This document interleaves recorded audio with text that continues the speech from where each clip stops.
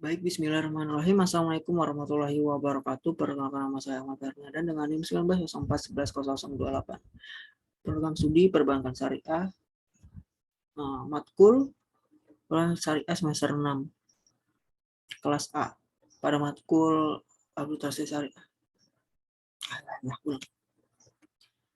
Bismillahirrahmanirrahim. Assalamualaikum warahmatullahi wabarakatuh. Perkenalkan nama saya Ahmad Hernadan dengan NIM 1904110028. Program studi perbankan syariah semester 6 kelas A. Perannya saya di Zoom ini adalah untuk menyelesaikan salah satu tugas UAS dari matkul arbitrase syariah, yaitu menjelaskan tentang artikel yang telah dibuat. Di sini saya langsung saja. Di sini saya memiliki judul artikel yaitu Basarnas sebagai sarana dalam penyelesaian sengketa bisnis syariah secara arbitrase. Dengan abstrak itu penyelesaian sengketa atau perkara yang dilakukan antara satu pihak dengan pihak lainnya terdiri dari dua jalur, yaitu melalui proses peradilan in court dan melalui proses extrajudicial out of court. Salah satu lembaga arbitrasi nasional di Indonesia yang berwenang dalam melakukan penyelesaian sengketa bisnis syariah di Indonesia adalah Pengadilan Arbitrasi Syariah Nasional. Sebagai lembaga arbitrasi mutlak, ia bertugas menyelesaikan berbagai sengketa syariah, mau itu bisnis dan ekonomi.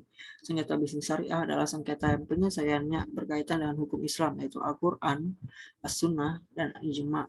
Dalam hukum Islam, penyelesaian sengketa bisnis syariah juga berurusan dengan hukum domestik atau perundang-undangan, yaitu Undang-Undang Nomor 30 Tahun 1999 tentang arbitrase dan alternatif penyelesaian sengketa, keputusan MUI dan fatwa DSN MUI. Karena dalam penyelesaian sengketa bisnis syariah berpondasikan pada hukum Islam, maka harus diselesaikan juga dalam lembaga yang prosedurnya juga mengacu dan atau menjurus pada hukum Islam. Badan Arbitrasi Nasional Syariah adalah lembaga hukum yang bebas, otonom, dan mandiri yang tidak boleh diintervensi oleh kekuatan manapun. Sumber pengumpulan data yang digunakan dalam penelitian kali ini adalah sumber penelitian kepustakaan yang dilakukan dengan mengumpulkan data dari buku-buku yang ada di perpustakaan, dianalisis secara kualitatif dan dijelaskan secara deskriptif. Analisis berupa uraian kalimat-kalimat yang ditulis oleh naskah. Lalu berdasarkan uraian di atas, masalah-masalah yang saya ambil yaitu mengenai pengenalan bisnis syariah dan sumber hukumnya, lalu berlanjut kepada fenomena sengketa bisnis syariah di Indonesia, dan yang terakhir yaitu munculnya Badan Arbitrase Syariah Nasional atau Basarnas sebagai penyelesai sengketa bisnis syariah. Masuk yang pertama yaitu ke pendahuluan.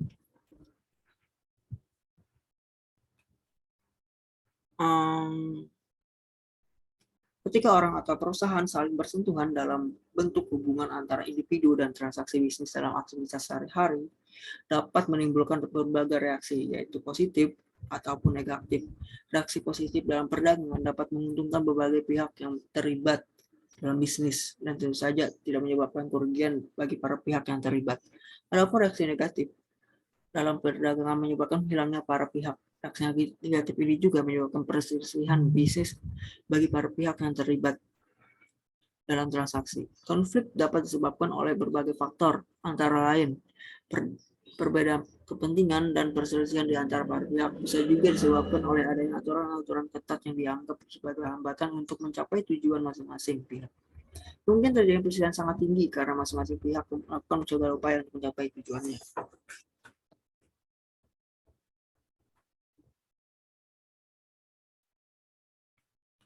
Lalu pilihan penyelesaian sengketa sepenuhnya merupakan kebijaksanaan dari masing-masing pihak.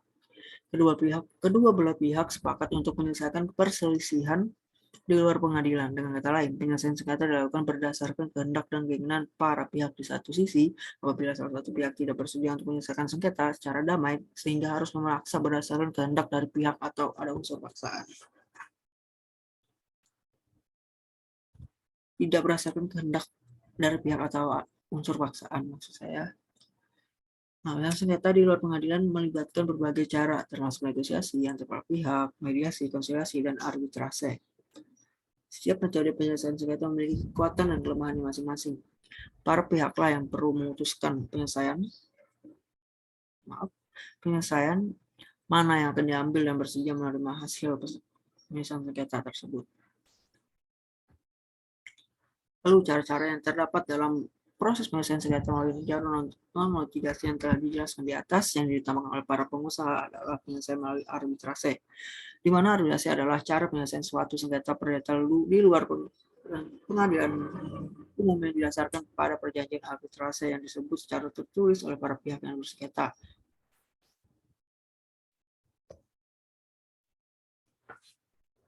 Lalu penyelesaian sengketa melalui arbitrase juga terdapat beberapa keuntungan ditinjau dari Undang-Undang Nomor 30 Tahun 1999 tentang arbitrase dan alternatif penyelesaian sengketa, yaitu semua penyelesaian sengketa oleh arbitrase atau majelis arbitrase dilakukan secara tertutup.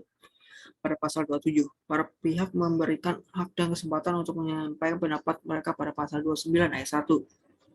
Para pihak dapat menentukan hukum acara arbitrase yang digunakan dalam proses dengan bebas selama mereka tidak bertentangan dengan ketentuan tindakan ini pada pasal 3 ayat 1. Penyelesaian harus diselesaikan dalam maksimum 180 hari sejak arbitrase atau majelis arbitrase terbentuk pada pasal 48. Para pihak dengan kontrak biasa atau majelis harus dapat menentukan kapan penyelesaian sengketa pasal 37. Lalu pada persengketaan bisnis syariah masih merujuk pada Al-Quran, As-Sunnah, dan Ijma'. Selain hukum Islam juga mengacu pada perundang-undangan nasional yaitu Undang-Undang 1999 Nomor 30 tentang arbitrase dan alternatif penyelesaian sengketa, Keputusan MUI dan Fatwa Desember MUI. Karena penyelesaian sengketa syariah berdasarkan hukum Islam, maka harus diatasi dalam proses yang juga mengacu pada hukum Islam. Salah satu lembaga arbitrase nasional di Indonesia saat ini memiliki hak untuk menyelesaikan sengketa bisnis syariah di Indonesia adalah Badan Arbitrase Nasional atau Basarnas. Keberadaan Basarnas bukan menjadi tandingan dan bukan pula bermaksud untuk mengambil alih kewenangan peradilan agama di bidang ekonomi syariah lainnya. Keberadaannya sama seperti keberadaan Badan Arbitrase Nasional Syariah secara peradilan umum yang sama-sama dapat menyelesaikan sengketa bidang transaksi bisnis. Lalu pada metode penelitian yang saya ambil yaitu ada 4, yaitu yang pertama jenis dan pendekatan penelitian. Pada penelitian kali ini yaitu jenisnya yaitu penelitian hukum normatif. Yang mana penelitian hukum normatif dikenal sebagai hukum doktrinal yang dikonseptualisasikan sebagai peraturan perundang-undangan law in books, dan penelitian terhadap sistematika hukum dapat dilakukan pada peraturan perundang-undangan tertentu atau hukum tertulis. Lalu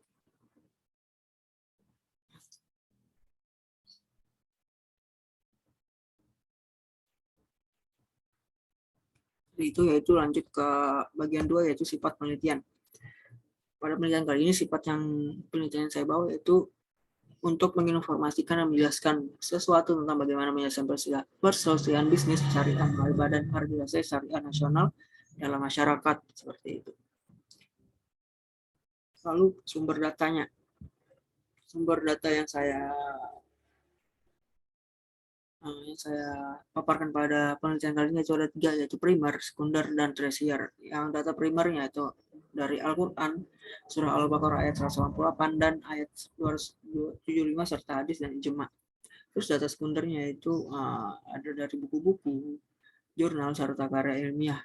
Dan yang sumber data yang ketiga yaitu dari tersier, yaitu dari KBBI Bahasa Indonesia, untuk memberikan petunjuk untuk data primer dan data sekunder yang tadi. Lalu lanjut ke analis data. Data yang dikumpulkan dalam penelitian yang saya tulis kali ini adalah berdasarkan penelitian yang ditinjau serta dievaluasi keabsahannya, kemudian dianalisis secara kualitatif dan dideskripsikan dalam bentuk kalimat deskriptif seperti itu. Sekarang kita masuk ke pembahasan, yaitu yang pertama sesuai dengan rumusan masalah yang saya paparkan di atas itu yaitu 3. Yang pertama yaitu mengenal bisnis syariah dan sumber hukumnya. Bisnis adalah interaksi antara 2 atau lebih dalam beberapa bentuk untuk memperoleh manfaat.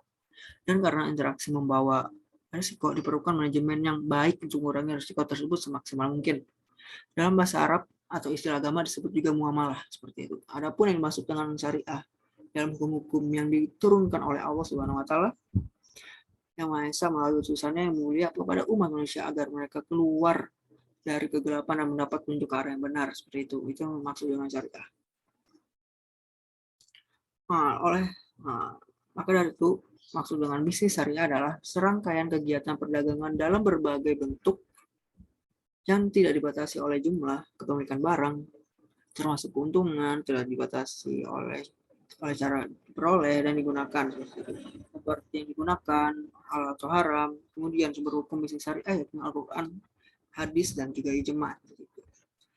Jadi kita di sini membahas sumber hukum yaitu yang ada 3 tadi. Yang pertama dari Al-Quran. Di sini saya mengambil dari 2 ayat yang ada di dalam Al-Quran, padahal masih banyak tentang muamalah yang ada dalam Quran. Cuma saya mengambil cuma 2, yaitu dari yang pertama dari Quran surah Al-Baqarah ayat 188 yang berbunyi, dan janganlah sebahagian kamu makan harta sebahagian yang lain di antara kamu dengan jalan yang batil.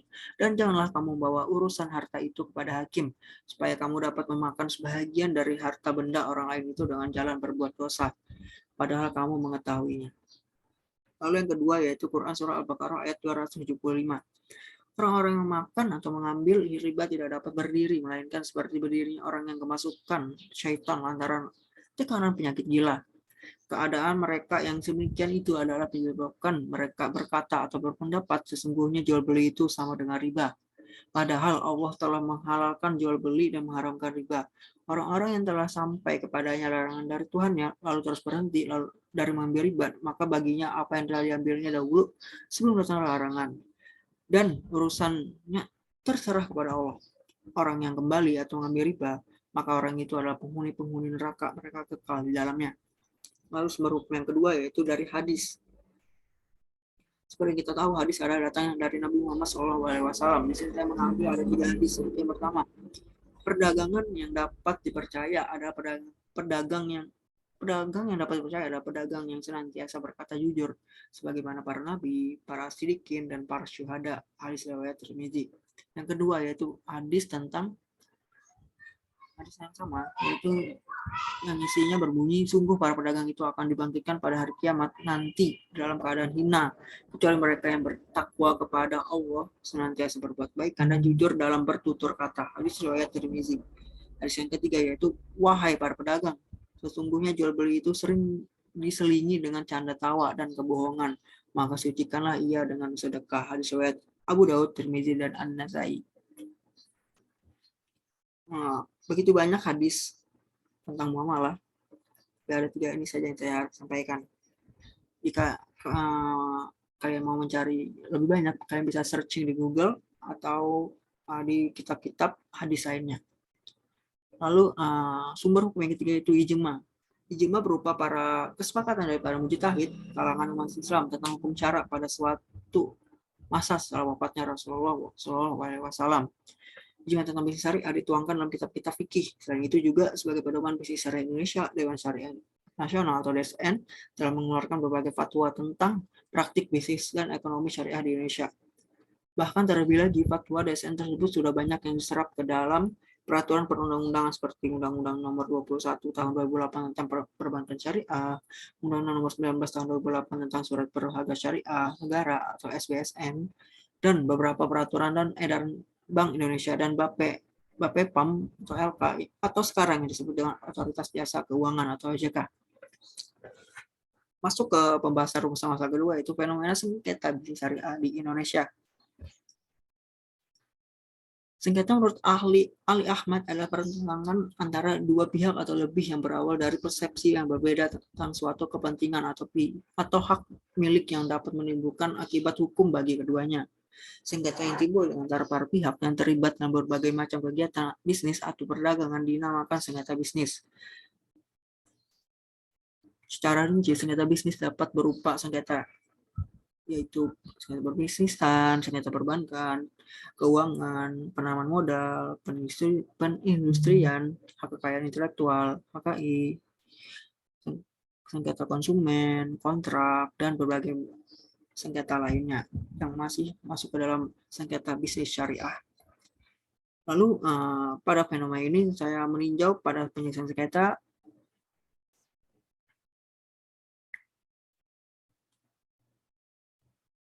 yaitu bila mana konflik berubah atau berkembang menjadi sebuah sengketa, bila mana pihak yang merasa dirugikan telah menyatakan rasa tidak puas baik secara langsung kepada pihak yang dianggap sebagai penyebab kerugian atau kepada pihak lain, maka ini menandakan sengketa merupakan kelanjutan dari konflik, yang mana konflik menjadi sengketa bila mana tidak dapat terselesaikan. Lalu penyelesaian sengketa melalui pengadilan atau litigasi. Litigasi merupakan proses penyelesaian sengketa di pengadilan, di mana semua pihak bersengketa saling berhadapan satu sama lain atau di mana semua pihak ingin untuk mempertahankan hak-haknya di muka pengadilan. Hasil akhir dari penyelesaian melalui litigasi adalah win-lose solution, yaitu ada yang menang dan ada yang kalah. Lalu penyelesaian sengketa alternatif atau non-litigasi dengan lain di luar pengadilan. Yang mana di luar pengadilan adalah bersifat close the door session atau tertutup untuk umum dan kerahasiaan para pihak terjamin, yang mana itu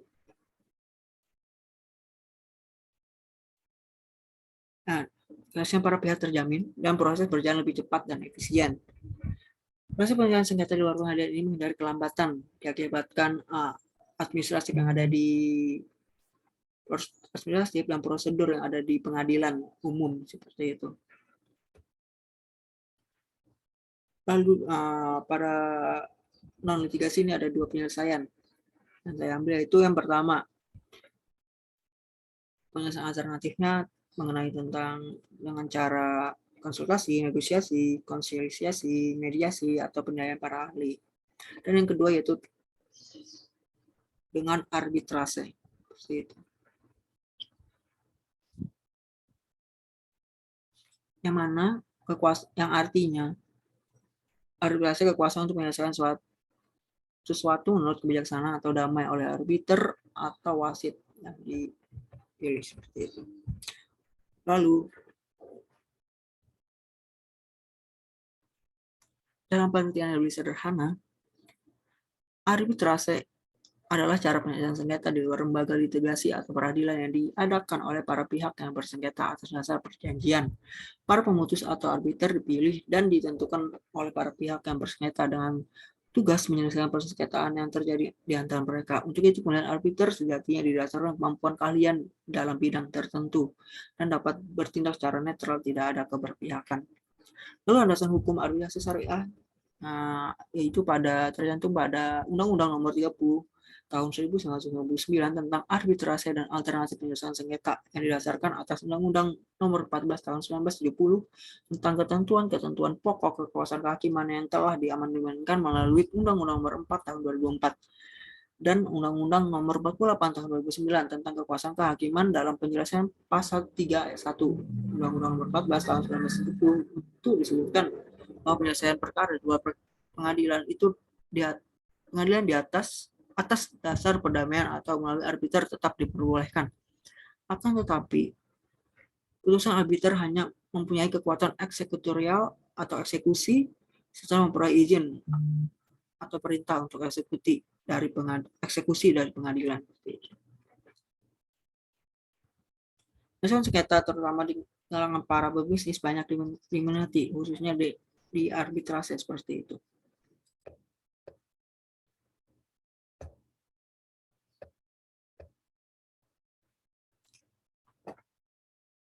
Seperti yang saya bilang tadi,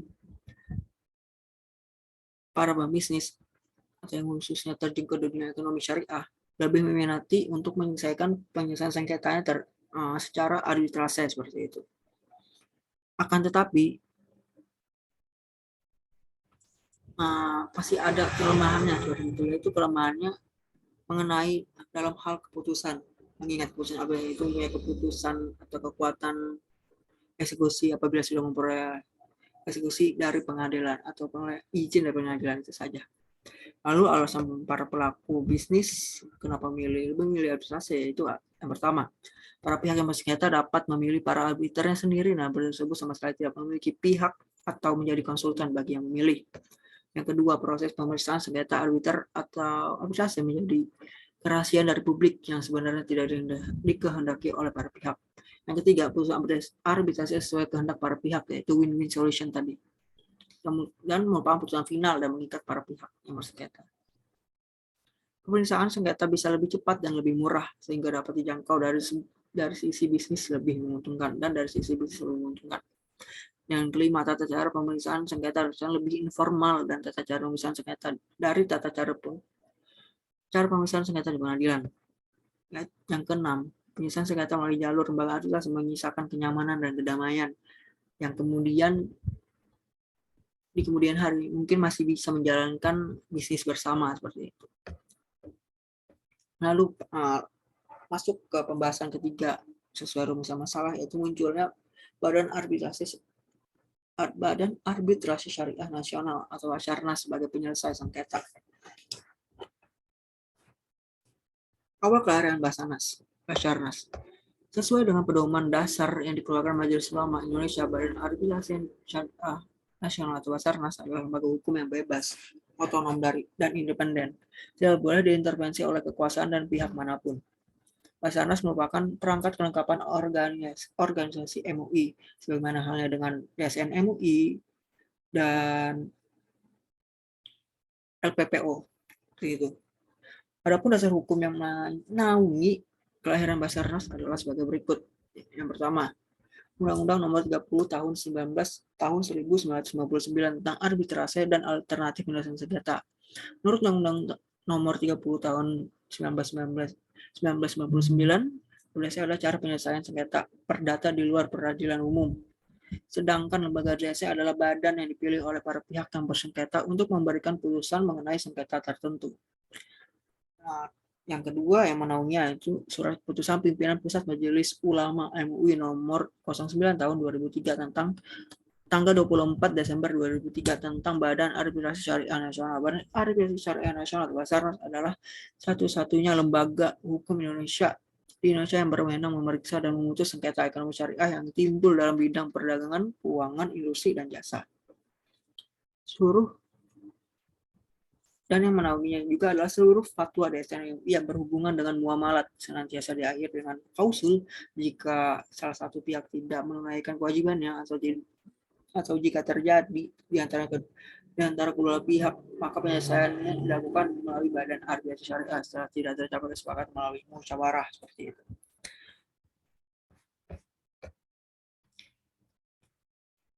Lalu Basarnas memiliki beberapa ketentuan prosedur. Yaitu yang pertama, permohonan untuk mengadakan arbitrase. Yang kedua, penetapan arbiter. Yang ketiga, acara pemeriksaan. Yang keempat, perdamaian. Yang kelima, pembuktian dan saksi-saksi. Yang keenam, berakhirnya pemeriksaan. Yang ketujuh, pengambilan keputusan. Yang kedelapan, perbaikan putusan. Yang ke-9, pembatalan putusan. Yang ke-10, pendaftaran putusan. Dan yang terakhir adalah eksekusi. Lalu tujuan dibentuknya Basarnas adalah memberikan penyelesaian yang adil dan cepat dalam sengketa-sengketa muamalat atau perdata yang timbul dalam bidang perdagangan, industri, keuangan, dan jasa, dan lain-lain. Yang kedua, tujuan dibentuknya Basarnas adalah menerima permintaan yang diajukan oleh para pihak dalam suatu perjanjian tanpa adanya suatu sengketa untuk memberikan suatu pendapat yang mengikat mengenai suatu persoalan berkenaan dengan perjanjian tersebut. Lalu masuk yang ketiga, yaitu wewenang Basarnas seperti itu. Di sini Basarnas memiliki dua wewenang, yaitu sengketa yang timbul dalam hubungan perdagangan, industri, keuangan, jasa, dan lain-lain, di mana para pihak sepakat secara tertulis untuk menyerahkan penyelesaiannya kepada Basarnas sesuai dengan prosedur peraturan yang berlaku. Yang kedua wewenangnya yaitu memberikan suatu pendapat yang mengikat tanpa adanya suatu sengketa mengenai persoalan berkenaan dengan perjanjian atas permintaan para pihak. Seperti itu. Lalu kita masuk ke pembahasan terakhir, yaitu tentang kesimpulan. Kesimpulan dari tulisan saya ini, saya mengambil 3 kesimpulan, yaitu pertama, Basarnas hadir sebagai kelembagaan yang berdasarkan pada hukum syara atau syariat Islam dan juga pada hukum negara. Hal mendasar seperti inilah yang membedakan Basarnas dengan badan kelembagaan arbitrase lainnya. Hasil hukum Basarnas sudah pasti mengacu pada hukum-hukum Islam, yaitu Kitabullah, Al-Quran, As-Sunnah, dan ijma para ulama. Kemudian Basarnas berlandaskan pada hukum nasional atau negara yang Undang-Undang Nomor 30, yaitu Undang-Undang Nomor 30 tahun 1999 tentang administrasi dan alternatif penyelesaian sengketa SKMUI dan Fatwa SNUI. Kesimpulan yang kedua yaitu Basarnas mempunyai ketentuan dan penyelesaian sengketanya sendiri berdasarkan proses penyelesaian sengketa syariah secara syariah. Akan tetapi, dalam mengajukan penyelesaian sengketa melalui lembaga Basarnas, pemohon tetap harus berdasarkan dari perjanjian arbitrase. Proses dalam menyelesaikan sengketa syariah melalui Basarnas adalah yurisdiksi Basarnas. Basarnas adanya perjanjian arbitrase melalui pendaftaran perkara sengketa, penetapan arbiter atau arbiter majelis, pemeriksaan pembuktian, pencabutan permohonan, perakhiran pemeriksaan, pengambilan putusan, perbaikan putusan, pembatalan putusan, dan pelaksanaan putusan atau eksekusi.